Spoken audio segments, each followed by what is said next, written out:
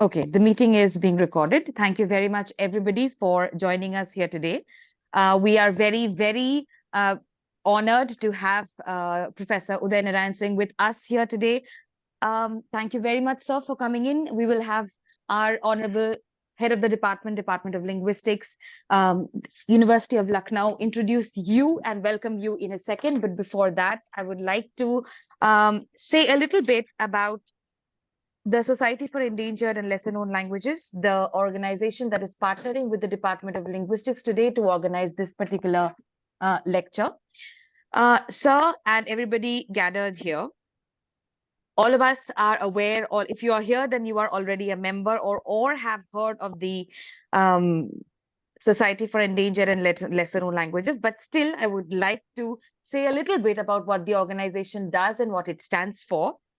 SEL, or the Society for Endangered and Lesser Known Languages, was founded by Dr. Kavita Rastogi in July 2011. It aims to revitalize endangered languages by bringing like-minded people together to document such languages, describe their grammars, and prepare dictionaries and pedagogical material for the native communities. It was formally registered as a society under the Societies Registration Act in March 2015. So far, we have been working with endangered languages and their communities in the quest to document, document and revitalize languages.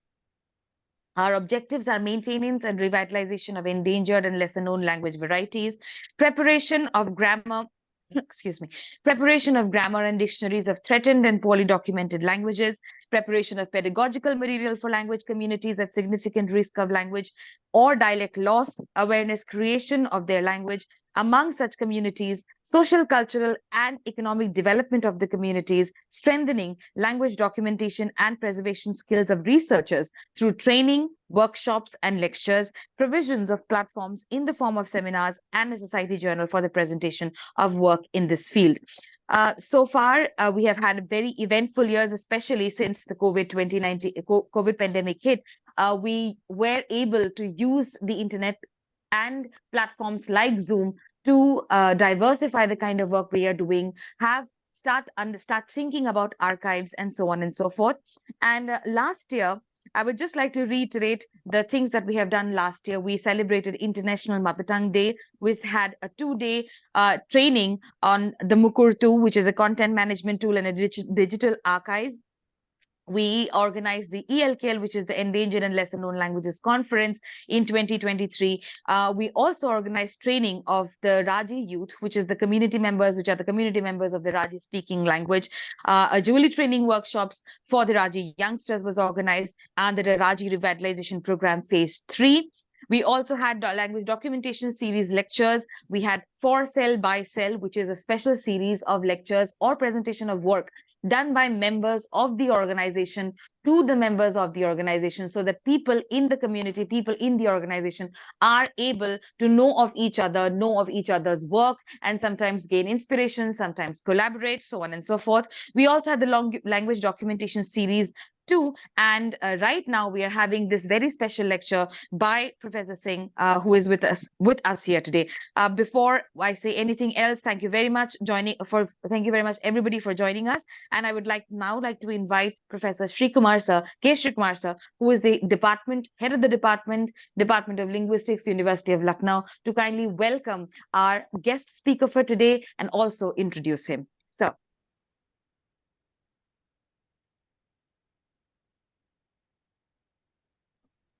Am I audible, Madhuri? Yes, sir. Yes.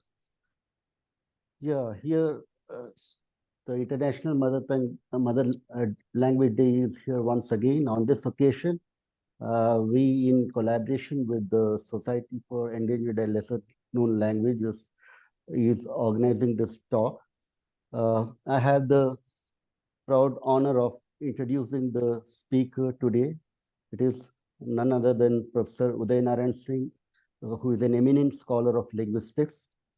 Professor UN Singh is also well known as a prolific multilingual writer and translator with contributions as a creative writer and critic in Bangla and Maithili, besides Hindi. We are delighted to welcome you, sir, among us today. Professor Singh is currently the chair professor at Amity University, Haryana.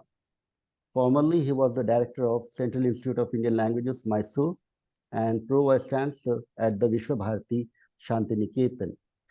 He had taught at the universities of Hyderabad, Delhi, South Gujarat, and Maharaja Sayajirao University, Baroda.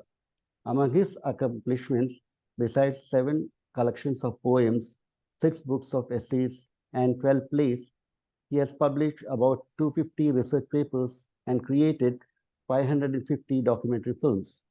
Professor Yuan Singh has been a poet invitee at the Frankfurt Book Fair in 2006 and was a leader of cultural delegation of writers to China in 2007. He has also visited and lectured in numerous countries. His latest books include The Other India, A View from Below in 2022 from Sahitya Academy, which is co-authored with Rajashri Singh, Bhasha, Samaj, Sanskriti from Jatiya Sahitya Prakash, Dhaka under Banga Vidya Granthamala, Volume 4, and Sukumar Sen, A Great Chronicler of Time in 2002, which is again from Sahitya Academy. And lastly, another book, also in the recent publication, that is Antigone Eka Vimshat, which is a Maithili play published in 2023 from Prabhakar Prakashan. We are very honored to have you with us, sir. And now we are ready to listen to your lecture. The title of the lecture is uh, Disappearing Linguistic Landscapes and Responsible Social Linguistics. Thank you.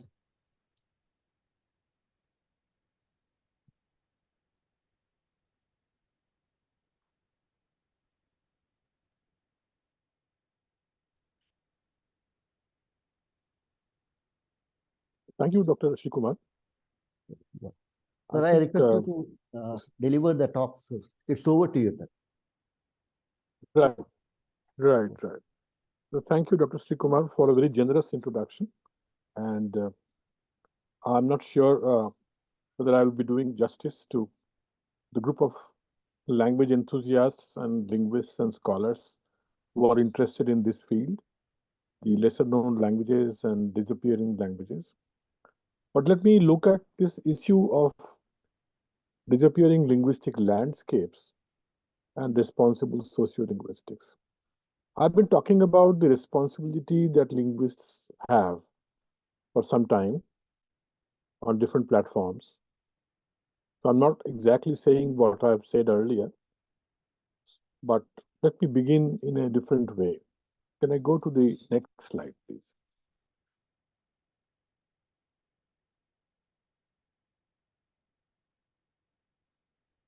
Yeah, actually, we all are aware that in India, we write in so many scripts. We can't be precise, but there are at least 64 scripts. And we speak in so many voices. I'm not using the word mother tongue because the census uses the word mother tongue. I'm saying voices because in census documentation and kind of terms that they use, the other mother tongue, rationalized mother tongue, etc. This is a source of a lot of confusion. So I try to use a very neutral word called voices. Now, we are a singular country with plural expressions, which we all know, and we've been living through this plurality. We emerged as a space which absorbed so many kinds of belief systems and thoughts, philosophies, practices of countless number of speeches, not today, but all through in our history. And yet, as Professor Pandit and Dr. Khurchandani would say, that communication in India has never broken down. We always value speech and we are ready to interact. Now, one strength that we have noticed in India is that the translation or retelling of texts, stories, this allowed us to travel. We are able to travel extensively between texts, between cultures, between communities, between time and space. So that's our strength, I would say. And the admixture has been thorough and intense. It is now very difficult to differentiate between who is the indigenous here in India and who is the one who's come from outside. So this concept of loss of dangerous languages, indigenous languages that we are today discussing will have to be understood in terms of what do we mean by indigenous. Next slide.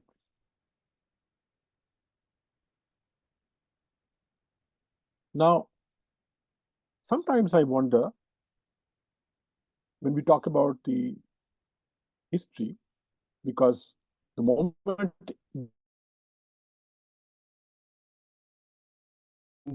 indigene using the word history. So whenever we talk about history, I always wonder whether we are only talking about the past or we can also talk about the future. But etymological connection wise, history is something which had to do with past. Whether you look at the Latin word or the Greek word, all of them had to do with the past. Now, the history of the future comes from the dynamic view of time. There are many books which have recently come forward. Blake has a book, History of the Future, and Michael Tooley in 1997 has a book called Time, Tense, and Causation, where also he discusses the history of the future, where it is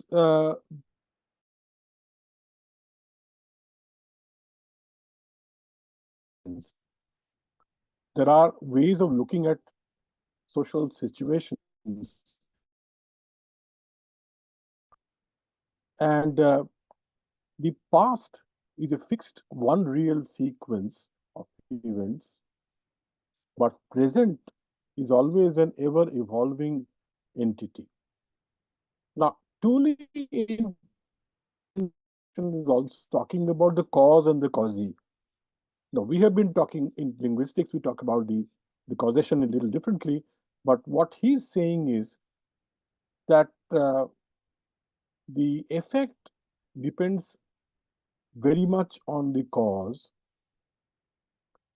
and all effects do, but no, the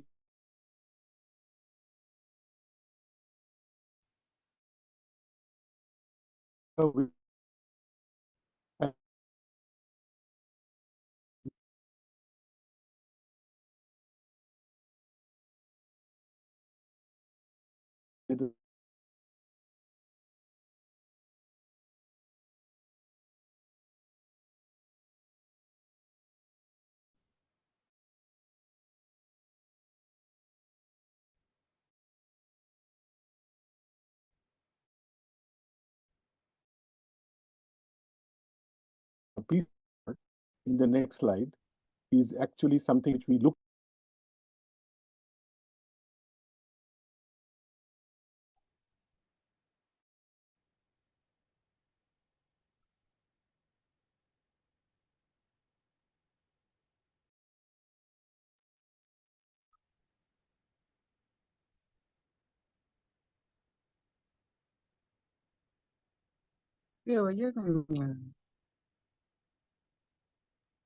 No,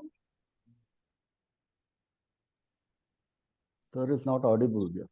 Yes, Please hear it's me quite now. possible there is so maybe your Wi-Fi or internet connection is fluctuating.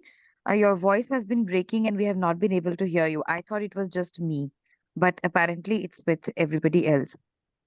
Yeah. Okay, I do not know what to do about that, but let's see. So if you switch off your video, then it's going to save a little bit of like it's going to help because since we are Okay. anyway looking at the PPT, it will be fine if you switch off your video, then maybe we can have a better audio connection. Okay, I have switched it off. Okay. And Yeah, you are audible right now. Maybe if we continue. okay. Uh, this particular picture that I have named as dynamicity is a Gondi image. You look at it and you see the celebration of diversity, of different kinds of things happening, different kinds of animals, and this is very crucial for us. Now, let me go to the next slide and talk about the being and becoming marginalized.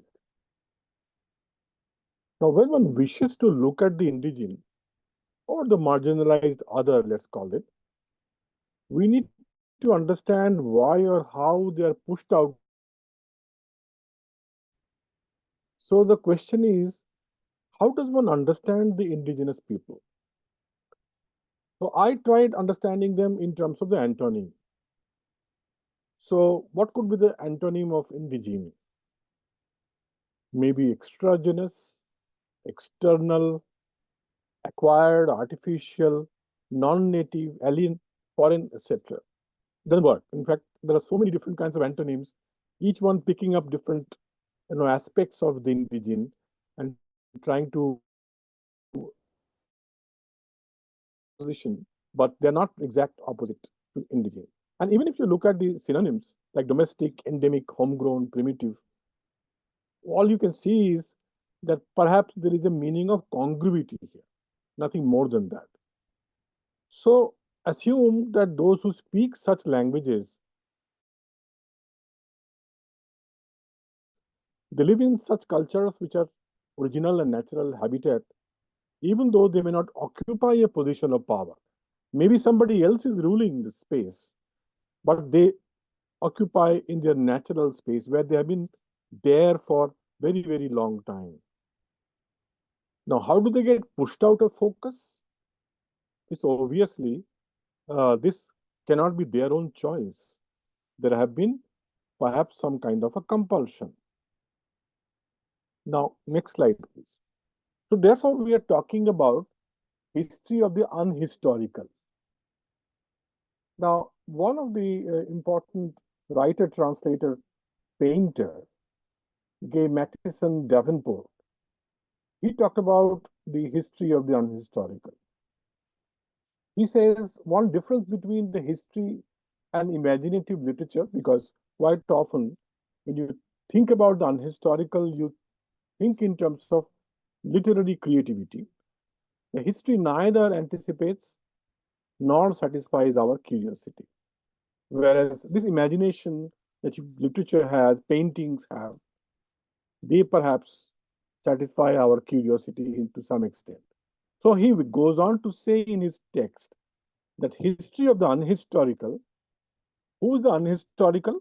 The nature of the poor, of women, of manners, of industries, all those human and everyday things which get into other kinds of history only if they are needed to explain diplomacy or needed to explain war, why this man has stood for parliament, why so and so has lost, why so and so has won, with all these explanations. That is when history of the unhistorical is discussed. You would notice that in the mainstream news all over the world, these people will never come into focus. There will be no spotlight on them. There will be spotlight only if there is a violence, there's a war, there's a huge kind of disruption, only then. And even when we talk about the terms such as historify, historicize, there is a chance that we can talk about history of the future, because history of the future is also history of the unhistorical. Now, why so?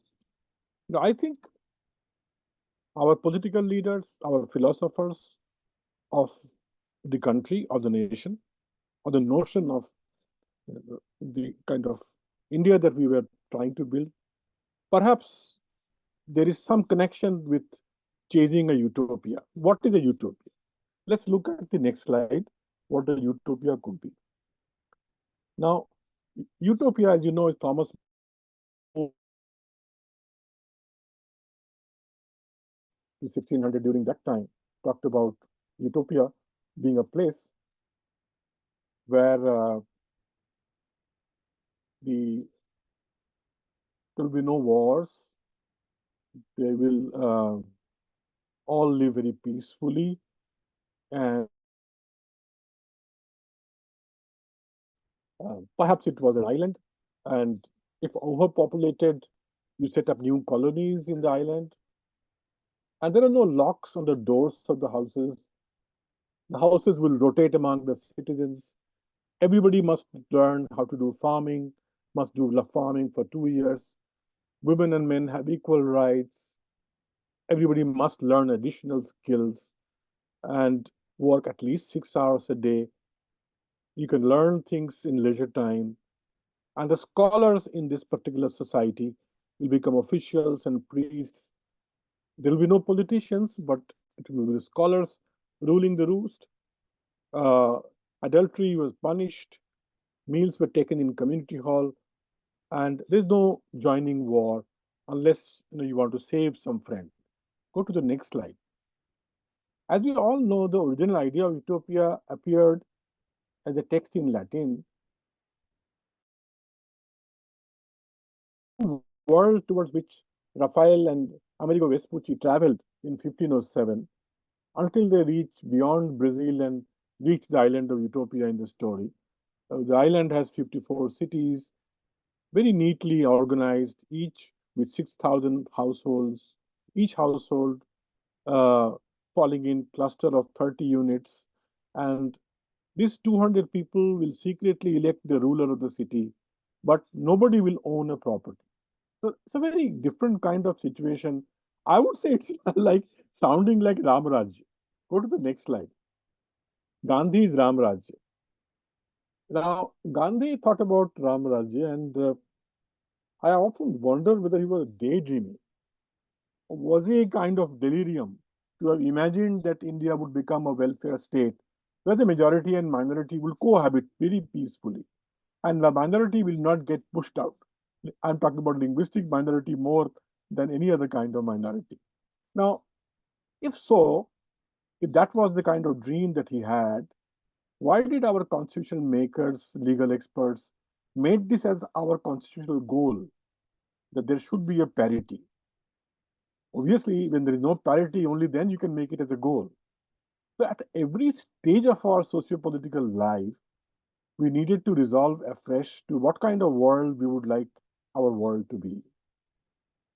Tagore actually has a very interesting comment in his essay called The Significance of Literature. Now, we did talk about the politics, the sociology, and literature, and said that quite often we take recourse to literature and painting and fine arts and performing arts to talk about this kind of situation. And he says, and I quote,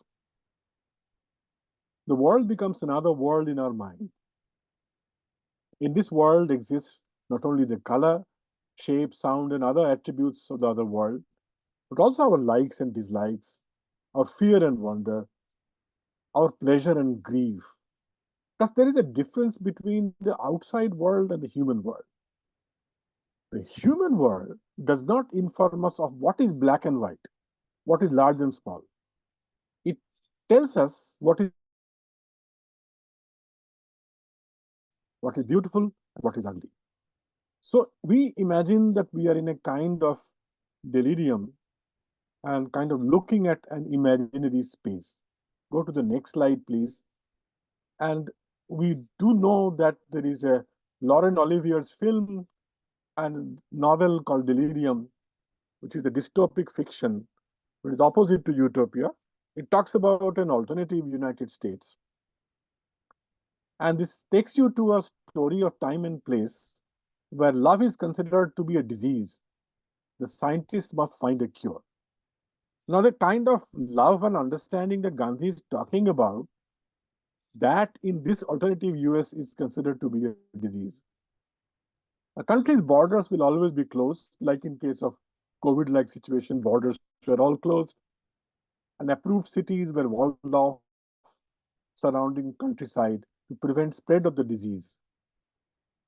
Doctors find a way to operate upon those who are reaching adulthood so that they can't feel love. And now this surgery is not optional, it must be an obligatory surgery. But the basic idea is that love kills you both when you have it and when you don't. Go to the next slide. Now we see in this story as it emerges, there is a protagonist called Lena, 17-year-old, looking forward to the cure to be happy. She very much desires to be cured.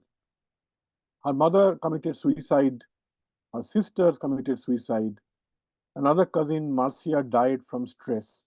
So she doesn't want that kind of life to end her life. She wants to be cured. So as a high school senior, Lena must perform well in a test where she must conform to the acceptable pattern of that society. Unfortunately, in the story as it goes, we find that Lena falls in love and fails in the cure. Falls in love with somebody called Alex, an invalid person who is on the margin of the society, who lives across or outside the city walls. Now, this is a story about the mainstreamers and the marginalized in real life situation. Go to the next slide. Now, we all know that in our country or in many other countries which are growing after Second World War, there are 51 countries which started their journey after World War II to become what they have become now.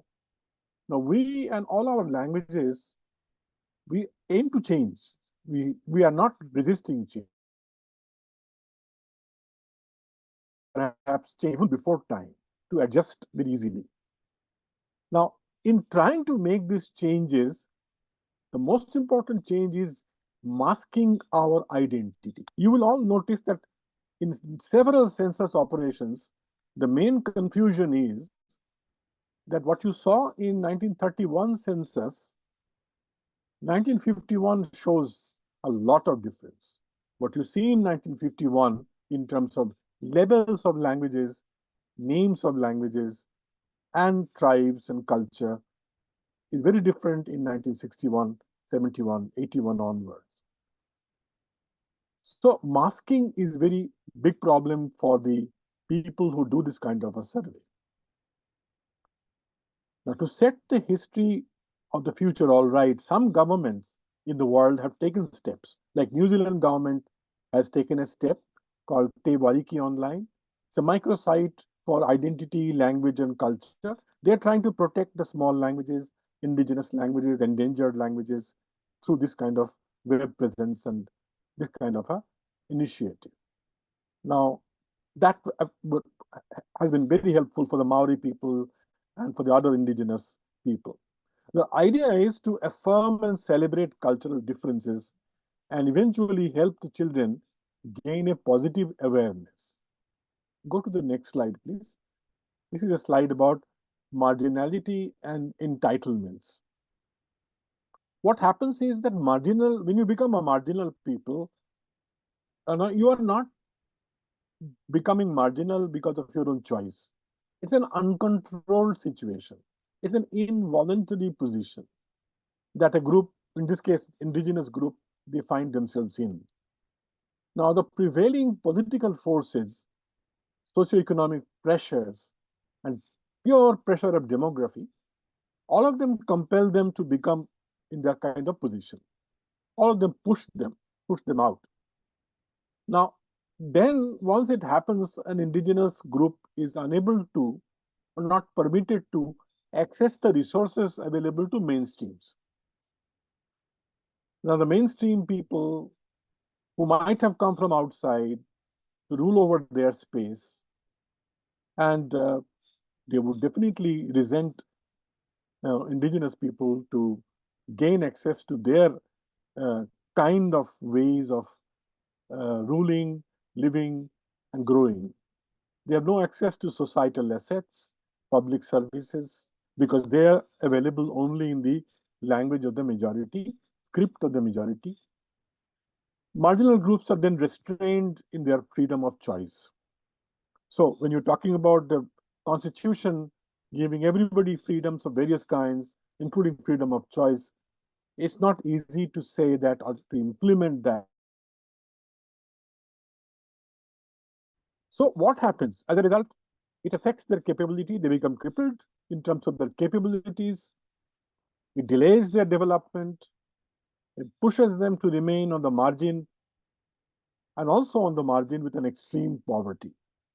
The educational scenario is pathetic for them because education is imparted through the language of the majority, and they are often told that they do not understand, they are below par in terms of intelligence, that they can't understand the language of the education, but they can't understand because it is not their mother tongue. So then, as a result, go to the next slide, they become typically stereotypes and they are always pushed back. What is the stereotype? Now, Dickie Clark talks about the stereotype, but is very careful in talking about marginal situation. Now, when you talk about marginal situation, it is in a gentlemanly way of saying personality to the landscape. So, marginal landscape is what they're talking about.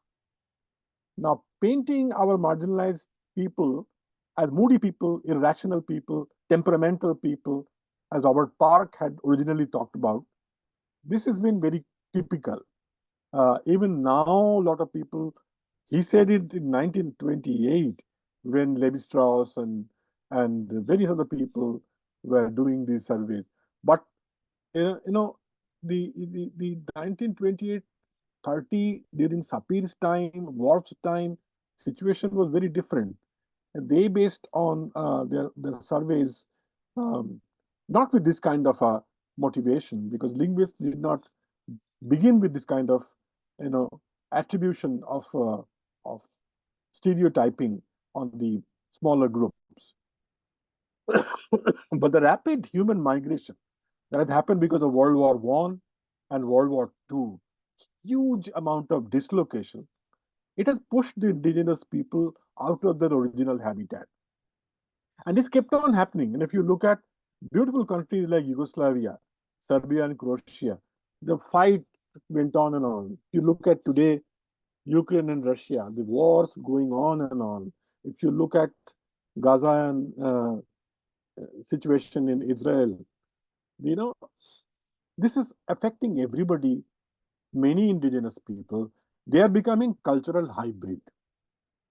So they become men, women living and sharing intimately in the cultural life and traditions of distinct groups.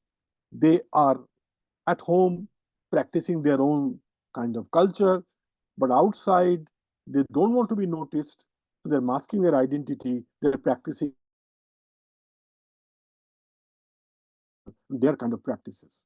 Now, this has developed what Sonquist had said, a position which is called the Parks Stonquist model of marginality, which I don't go into detail. Let's go to the next slide, please. There is this other kind of marginality where you can't blame the others. You can actually see that because of a threat from outside, from the dominant groups, the communities themselves, the small language group communities themselves decide that they would rather become marginal, remain marginal, and try to claim whatever they can as marginal. So this is the opposite side where others are not pushing them, but they are themselves hiding in their cocoon. We have seen that in India, there has been rapid economic development.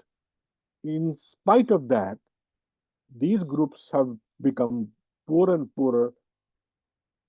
There is a lot of hunger, lot of desire unfulfilled, and of course, education is far off. There is this kind of a exclusion here. There's a social exclusion working to relegate this group to the fringe of the society. Now go to the next slide, please. What kind of exclusion are we talking about? There are three kinds of exclusions, three kinds of paradigms of exclusion. I would say there are solidarity paradigm, specialization paradigm, and socialization paradigm. What do we mean by that? In a solidarity paradigm, it will see, we clearly see it's a breakdown of bond between the individual and the society. A society which is generally cultural, moral, rather than being economic, the poor, unemployed, and ethnic minorities, they are always stamped as deviant outsiders. They do not belong to the party. They do not belong to the group. So they must be kept outside.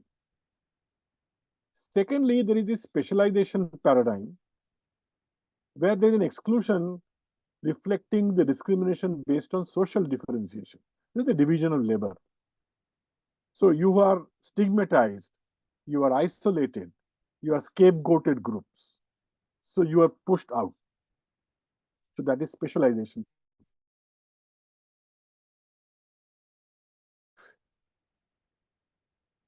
Then there is socialization paradigm, where exclusion could be a consequence of the formation of group monopolies. The majority or the power elite, they display a very distinctive cultural identity and institution, and they put a restriction. You can't enter into this temple. Women are not allowed here. Such and such groups are not allowed here. There is a social closure. Paradigm pushes them out. What is the consequence? Consequence is there is a social rupture. Go to the next slide, please. Social rupture, James Cladd talks about it in the Cultural Survival Quarterly. There are crucial issue, I quote, crucial issue before tribal societies at the national political level and the lobbyists on their behalf at the level of international pressure advocacy is to find strategies that will enlist the energies of others to act on their behalf. Many sympathetic human rights groups at the international level have begun to lobby for better Aboriginal settlement, better entitlement, and in other political struggles arising out of their resource exploitation projects, national linguistic policies, mass tourism proposals, improved social services. Now, if you look at the American situation, for instance, you will notice that India has 196 endangered languages and USA has 192. What is US doing? It is creating separate spaces, landscapes, which are kind of Lal Dhaga area, like in case of Delhi, you have Lal Dora land. You can't buy that land because that belongs to the indigenous people of Delhi. They also have that kind of a situation where different groups speaking indigenous languages, they live in those areas. Americans can go and buy land there, etc., etc. Go to the next slide, please. In the next slide, we see the kind of endangered languages scenario in the Indian scenario. So out of this 196, where are they located mostly?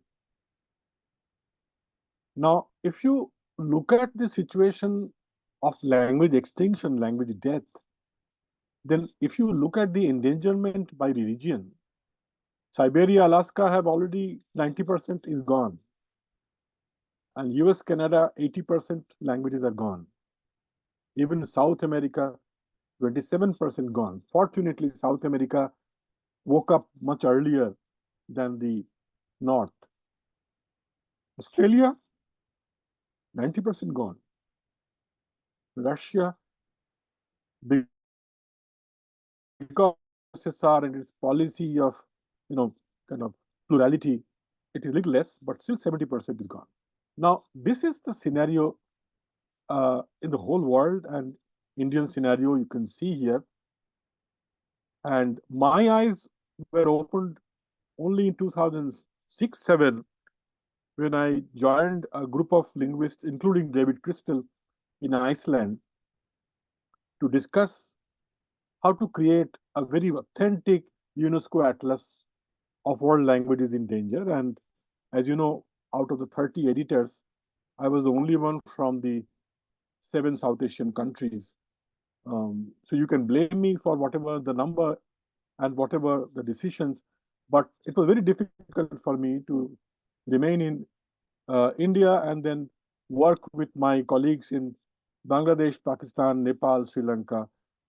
I have students in many of these countries, and therefore it was possible, but it's not easy unless the governments there really help you. So go to the next slide. Let's look at the barriers. What are the barriers for development of our languages? Now, traditionally, there are three kinds of barriers: geographic barrier, mountains, bodies of water; political barriers, because you are cutting a language map into two parts. So part of Konkani is in Goa, part of Konkani is in Karnataka, part of Konkani is in Kerala. So you are actually linguistic map and political map are not the same. So there are political barriers. Then there are social barriers, because class, rank, caste, employment, they also create barriers. And now, to top it all, there is information barrier. And Kenneth Kensington says that relation of the new technology to culture is especially vivid and pressing in India, which has most successfully preserved and enhanced multiple languages and cultures through literature tradition. The question is, I want to pose is whether these rich multiple cultures of India can survive the information age, and that is the question he is also raising. Now we know that that a lot of technology development is happening in India. In fact, India is responsible for providing a lot of technology support to many other countries, even countries of the first world. So there's no doubt today that social network systems like Wikipedia, kind of Facebook or Twitter or WhatsApp, they have changed our daily life. And even when I remember when World Wide Web was launched in 89, 89 is the time when I was setting up the Center for Applied Linguistics and Translation Studies in the University of Hyderabad. And 1990 onwards, I started the training for linguists in the natural language processing, which has benefited a lot of our linguists. But in the beginning, when you had the IE, the Hotmail, the Alta Vista, the Google, as the time went on, they progressed, they became the game changers. And the last 4 or 5 years that I have been working on with a group of 100 linguists from all over South Asia on ICANN, particularly trying to enable many of our scripts, not all of them, but most of them, to be part of the e-commerce activity through the ICANN activity. There's a huge traffic flow which has started. So there is a big revolution. So the next group of revolution, next big revolution in technology will be the Indian languages and Indian scripts. Go to the next slide, please. Now, if you look at the internet users base in the way it has grown, it million, where most development is happening in the Indian languages, not in the English. Currently, there are 234 million Indian language internet users compared to 175 million English internet users worldwide, which means that there is a great possibility that Indian languages will be entering in the technology scenario in a very big way. Next slide. But where are we in terms of our scripts? Our scripts have complications. As you can see in the next slide, challenges and complications.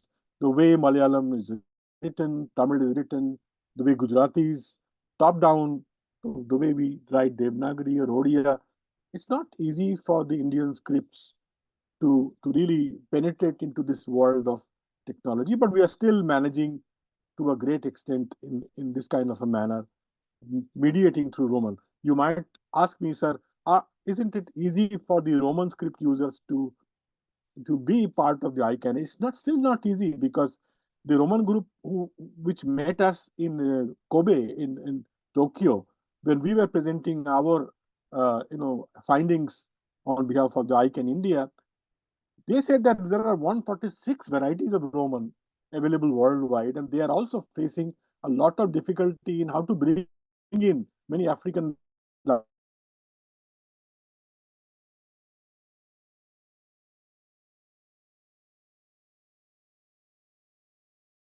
to the society.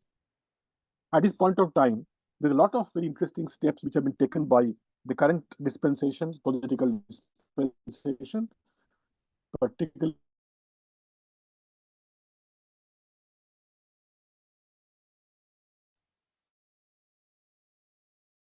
services, voice-based technology, and some of us are working in that direction. Uh,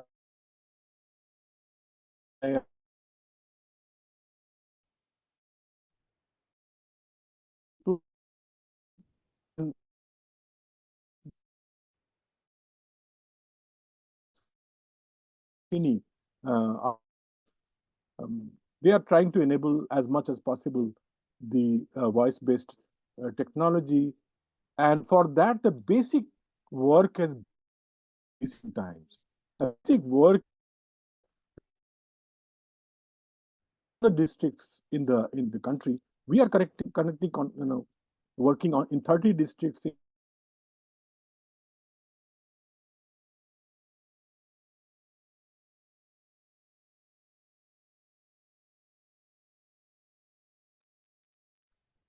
Sir has been logged out, unfortunately.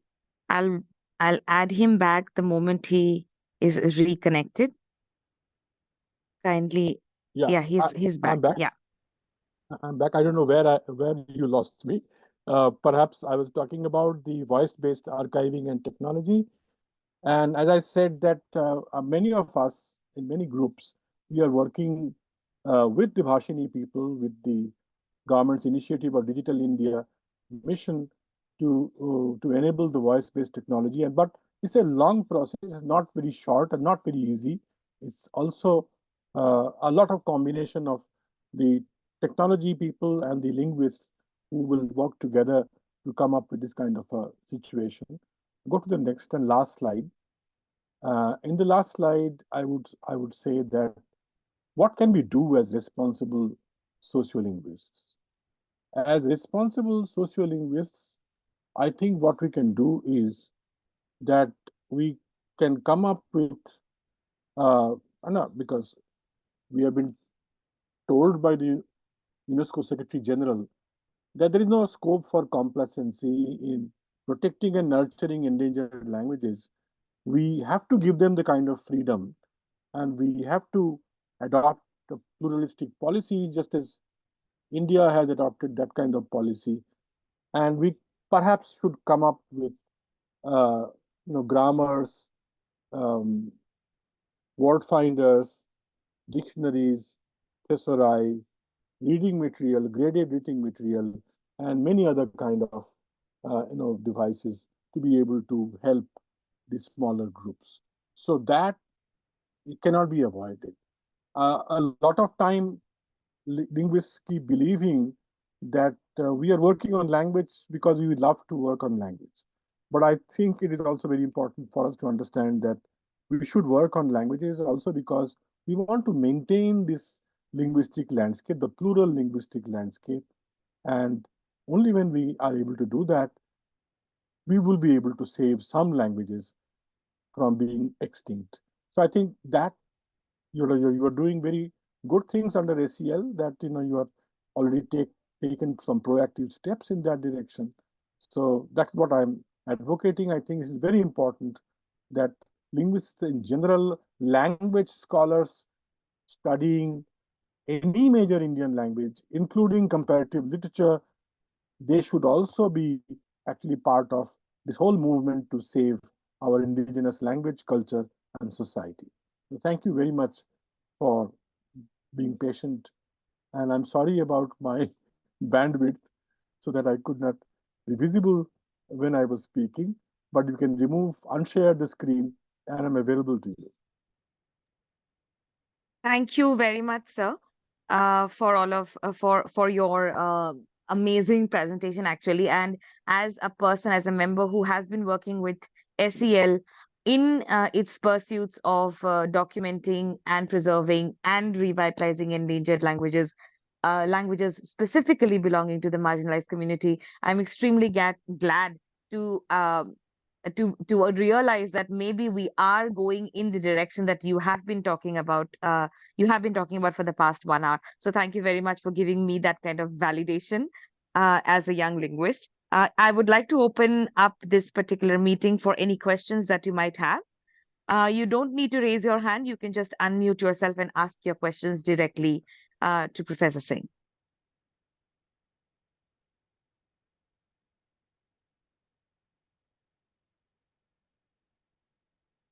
Yeah, you can unshare the screen, I think, maybe.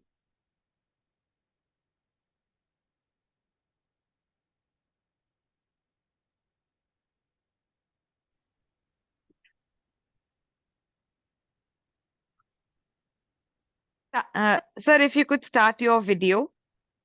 The reason why I was not unsharing the screen, because I really wanted you to go back to a particular slide, which I wanted to uh, uh, hear you talk about again, because you did lag a little bit on that particular slide. So if you allow me, I'll share the slide again. Yeah. This one, the one where you talk about the technological advancements. Just 1 second. Toward the end. Yes, sir. This one. If you could just, let us know about the kind of things that have been happening in this particular area. Thank you Okay. very much, sir. Okay. As I said that two of us, Rajarshi and I, had been working on the view from below, the other India view from below, and that book, I think it's a very valuable book published by Sahitya Academy, 2022, and I think social linguists must grab a copy. Um, uh, and a lot of the issues that I've raised here are discussed in very great detail in that book. Uh, I'm only told about the indigenous languages on their problems, their predicament in brief here during last 45 minutes. But at this point of time, what we are trying to do is we are working uh, on behalf of a group or a company that we have created called Adhibhash. Adhibhash means actually meta language. And what we are doing is we are working in 30 different districts in 10 different states to collect voice samples. And these voice samples has a particular methodology. We are a particular app has been created under the supervision of the Indian Institute of Science, Bangalore. It's a huge group which is working, as you can guess. And there are 18 minutes voice being collected from each person. So in a particular district, we are collecting from 1,200 people their voice samples. And so there will be eventually millions and millions of voice samples available in the archive of Indian Institute of Science. Very clean and neat voice samples because we eliminate the noise, hesitation, pauses, etc., etc. And we also do a transcription of that voice. And based on this voice, which is connectable to various pin codes, various latitude, longitude situations in all over India, some new technologies which will be created, voiceable technologies which will be created, will use that particular kind of archiving. So I'm saying what we are now doing as a small group of people, won't say a small group, it requires a huge amount of work all over India, uh, is something which I'm sure other people are also doing in their own ways. But this is a very important move that Indian government has made towards digital India. And I'm sure this kind of move is being made by the other countries as well. Maybe countries like Papua New Guinea, which decided overnight to start basic education in 750 languages, which are located in different islands, maybe Indonesia, maybe Malaysia. I'm sure Maya David is here. She can talk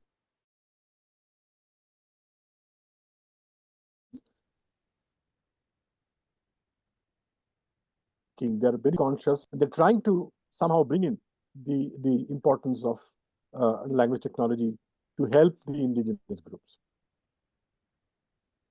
Thank you very much, sir. There is a question in the chat box. If you want to look at the chat box and answer the question yourself, or I can just read it out myself as well. Show chat previews. I'm just trying to read the chat because I can't see the chat box here when using it. Sure, sir. Farooq Mir asks, what shall be the view of a linguist about one nation, one language hypothesis in a country like ours in regard with this lecture? Very boring. One country, one kind of food, one flag, one political Absolutely. party. Very boring. It's a very interesting country, I would say, and nobody, I think, at this point of time, is trying to advocate that there should be everything should be one. There will be pressures, of course. There will be majority groups which will be advocating in certain manner something, some ideas. And there will be hundreds of other minority groups which will be advocating, pushing us the country towards a different direction. In fact, India has always been like that. There have been always in the history we have seen there have been this give and take between the groups which are in the power and the groups which are outside the power. So I don't think that is ever going to happen in India. Prof. Singh, can I say something? Yeah, sure.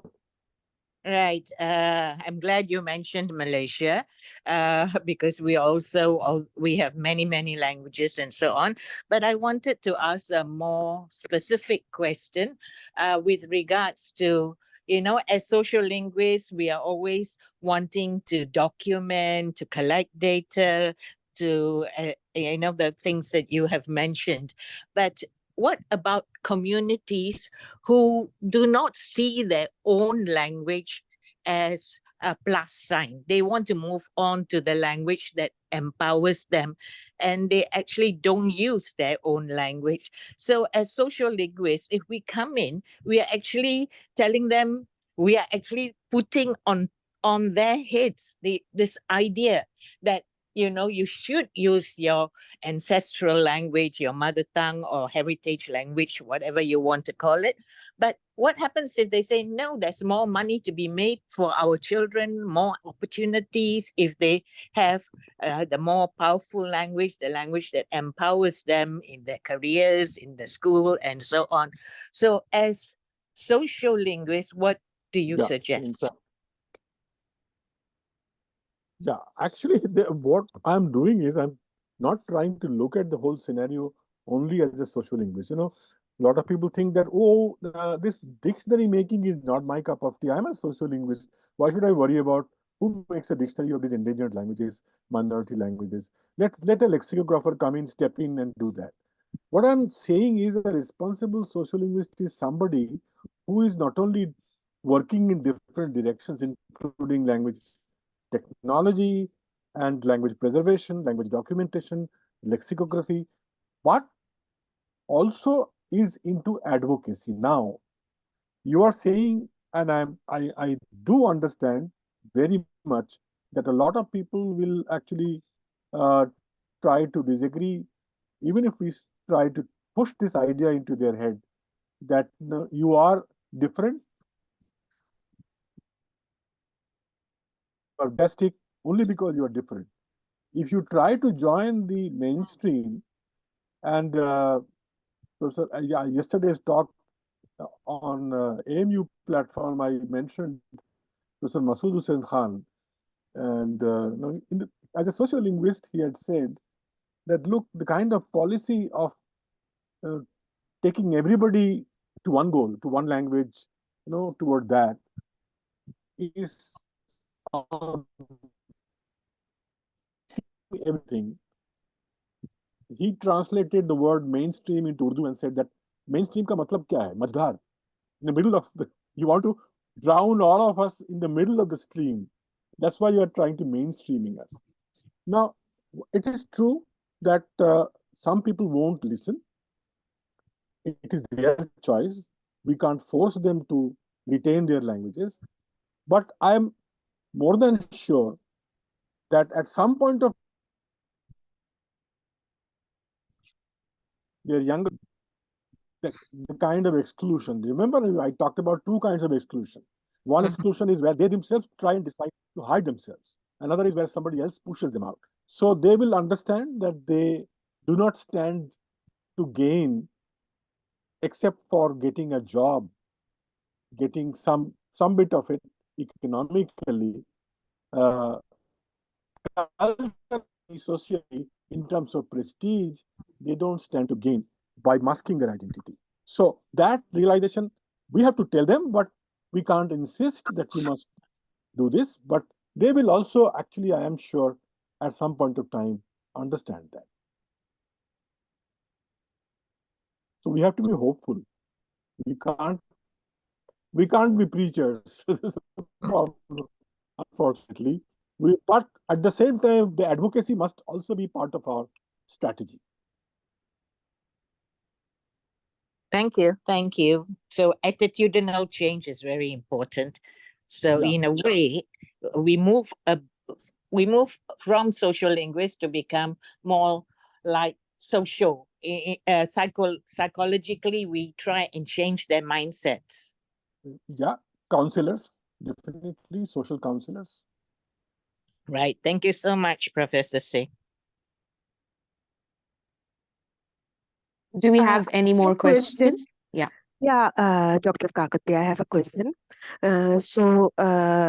Sir, since you were mentioning about Mission Bhashini and Ulka platform, I would like to know, is there any availability of any POS tagged corpus or large data corpus on the minority languages in India presently? Current availability, you are asking whether they are available? Yes, sir. Yes. Yes. Yeah, they are available, but not always for sale, because there are different international and national groups which have been working on this language corpora, and quite huge amount of language corpora are being made available for the purposes of building up technology platforms, but not all of them will be available. Sometimes they do, you know, buy such large corpora. In fact, CDAC has recently bought a huge corpora. CIL has always been holding up and selling their corpora, and I think CIL is now also beginning to sell their corpus. So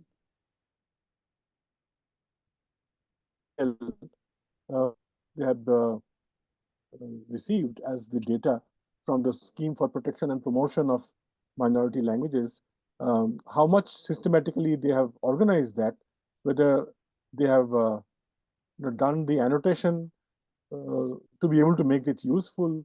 That is something which only the Mysore Institute can tell you. But yes, there are this data that are available, but many of these are actually done by the multinationals or the big time players who are going to work on Indian language, because they see that there is a huge market that is emerging in the Indian language corpora, and therefore they have come in a very big way.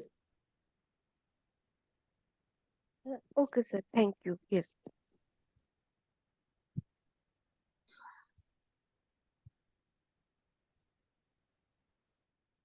If you don't have any questions, any more questions left, Kavita ma'am, would you like to thank sir for coming here and delivering the lecture? Kavita ma'am? Yes. Thank you very much, Professor Singh, for accepting our invitation and delivering such an enriching lecture for all of us.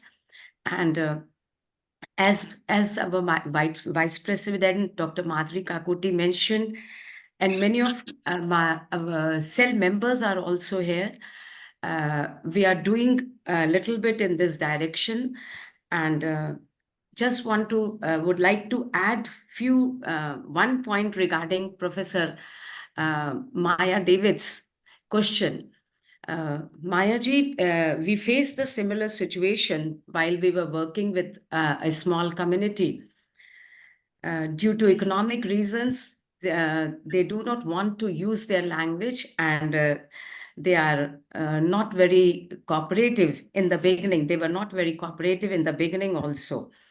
Then we thought of some sustainable activities which are related to their own culture, and we conducted few workshops with those children, and they learned those activities, and now they can earn money while making wooden bowls and while making jewelry pieces. So now they are interested in using their language. So while doing this work, we have to come up with new ideas. So once again, thanks a lot, Professor Ting, and thank you for delivering this lecture and giving us time. Thank you all. Thank you, Kavita ji, and I will request you